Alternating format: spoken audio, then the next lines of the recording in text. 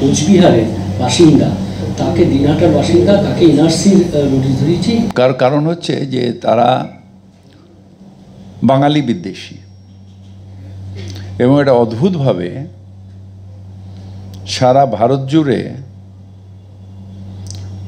রাজনৈতিক দল, ভারতের রাজনৈতিক দল, তারা অপদস্থ করার একটা চেষ্টা করছে এবং সেইটার জন্যেই এই এনআরসি সিএর আমাদের মুখ্যমন্ত্রী মমতা ব্যানার্জি বিরোধিতা করেছিলেন। হেট্রেড পলিটিক্স করার জন্যে এই পুরো প্ল্যানিংটা, যেন আমাদের অথেন্টিকেট ভারতবর্ষের মানুষ তাকে পুশ আউট করে দিয়ে বাংলাদেশের হাতে দিয়ে দেওয়া, আবার পরবর্তীকালে নিয়ে নেওয়া। এগুলোর প্রমাণ হচ্ছে যে এরা ভারতের যে সংবিধান সেটা মানছে না, ভারতীয় হিসেবে আমাদের যে অধিকার, সেই অধিকার থেকে আমাদের বঞ্চিত করার চেষ্টা করছে, বিশেষ করে বাঙালিদের। আগের দিকে ছিল কলকাতা, এখন ষষ্ঠ স্থানে রয়েছে, কতটা ইমপ্রুভ হয়েছে এবং কি ভাবছেন আপনারা?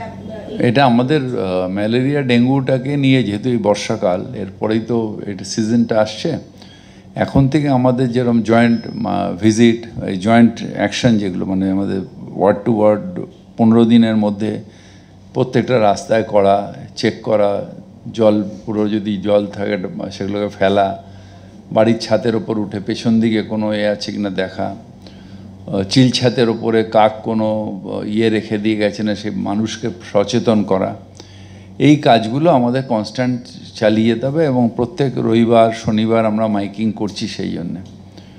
7 দিনে একবার বাড়ির চারিপাশটা ঘুরে দেখে নিন, জমা জল নেই তো, যেখান দিয়ে ডেঙ্গু হলে আপনার বাচ্চাটার বা আপনার বাড়ির কারোর ক্ষতি হয়ে যাবে। মুখ্যমন্ত্রীর নির্দেশে যে এসওবি তৈরি করার জন্য আমাকে চেয়ারম্যান করে যে কমিটিটা করেছিল, তার আজকে দ্বিতীয় মিটিং ছিল।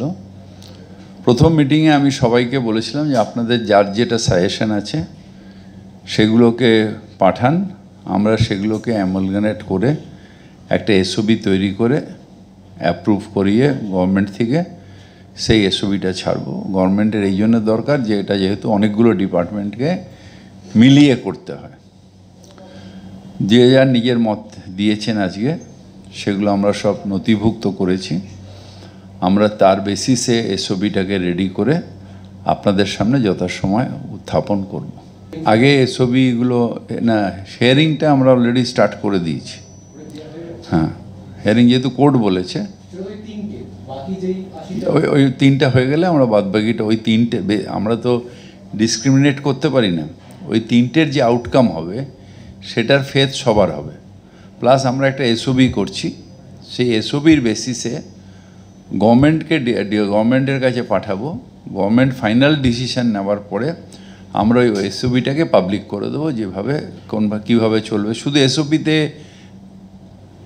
রুফটপ রেস্টুরেন্টটা লিমিটেড থাকবে না, এসওপিতে স্কুল থাকবে, এসওপিতে হসপিটালস থাকবে, এসওপিতে মার্কেট, রিসেন্টলি যে পটগঞ্জ মার্কেট পুড়ে গেল, মার্কেট থাকবে, ফায়ার ডিপার্টমেন্টের কী করতে হবে, কী ক্যাটাগরি করতে হবে, সেগুলো সব এসওপিতে থাকবে। ওইটা আমাদের অফিসাররা গেছিল টেম্পোরারি করতে, ওখানে একটা রেজিস্ট্যান্স আছে। আজকে ওটা নিয়ে বড় নাইনে আমরা একটা মিটিং করছি, কারণ টেম্পোরারি দোকানগুলো করে দোকানদাররা যাতে ব্যবসাটা চালু করে, পরবর্তীকালে ওটাকে পুরো ভেঙে ডিসম্যান্ডেল করে আমরা বড় বিল্ডিং করবো অ্যাজ পার ফায়ার প্ল্যান নিয়ে। লোকাল কিছু লোক যারা বদমাইশি করছে, যারা বিজেপির পতাকা নিয়ে বদমাইশি করছে, তারা এসে বদমাইশি করে আমাদের অফিসারদের কালকে কাজ করতে দেয়নি। আলোচনার মাধ্যমে যদি না হয় তাহলে আমরা ফোর্স অ্যাপ্লাই করব। বাজারে বাজারে যে হাইড্রেন্ট যেগুলো অনেকগুলো লাগানো হয়েছে জলের উৎসের জন্য, আগুন হাইড্রেন্ট না, আমাদের ডিপ টিউবওয়েল, এগুলোকে আরো বাড়ানোর চিন্তা কি করবেন? হ্যাঁ, সেগুলো নিয়েও আলোচনা হয়েছে। আপনি যখন এসওবি আসবে আমি আপনাকে পুরোটা বলে দেবো। কোচবিহারের বাসিন্দা, তাকে দিনহাটার বাসিন্দা, তাকে এনআরসির নোটিশ ধরিয়েছি। কারণ হচ্ছে যে তারা বাঙালি বিদ্বেষী এবং এটা অদ্ভুতভাবে সারা ভারত জুড়ে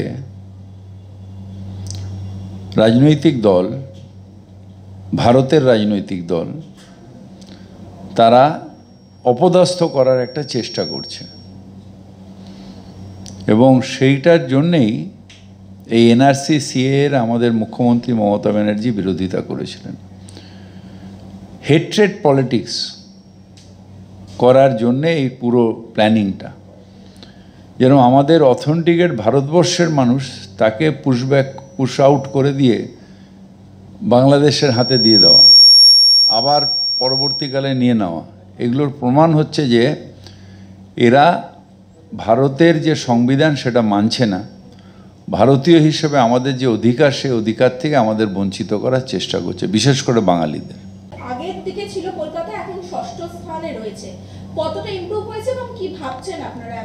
এটা আমাদের ম্যালেরিয়া ডেঙ্গুটাকে নিয়ে, যেহেতু এই বর্ষাকাল, এরপরেই তো এটা সিজনটা আসছে, এখন থেকে আমাদের যেরকম জয়েন্ট ভিজিট, এই জয়েন্ট অ্যাকশন যেগুলো, মানে আমাদের ওয়ার্ড টু ওয়ার্ড 15 দিনের মধ্যে প্রত্যেকটা রাস্তায় করা, চেক করা, জল পুরো যদি জল থাকে সেগুলোকে ফেলা, বাড়ির ছাতের ওপর উঠে পেছন দিকে কোনো আছে কিনা দেখা, চিল ছাতের ওপরে কাক কোনো রেখে দিয়ে গেছে না, সে মানুষকে সচেতন করা, এই কাজগুলো আমাদের কনস্ট্যান্ট চালিয়ে যেতে হবে। এবং প্রত্যেক রবিবার শনিবার আমরা মাইকিং করছি সেই জন্যে।